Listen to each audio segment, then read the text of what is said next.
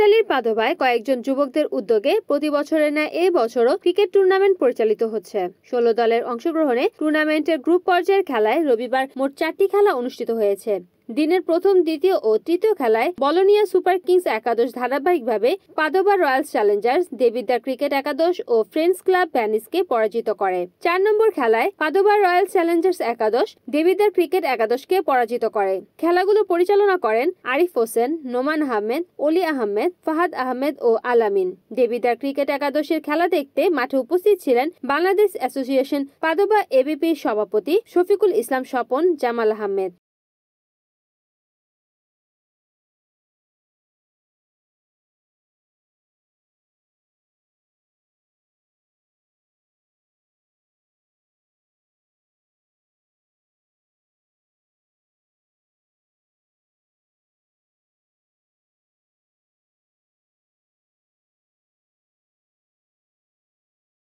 Report করেছেন ইতালির প্রতিনিধি হিমেল জমাদ্দার, এনএনটিভি।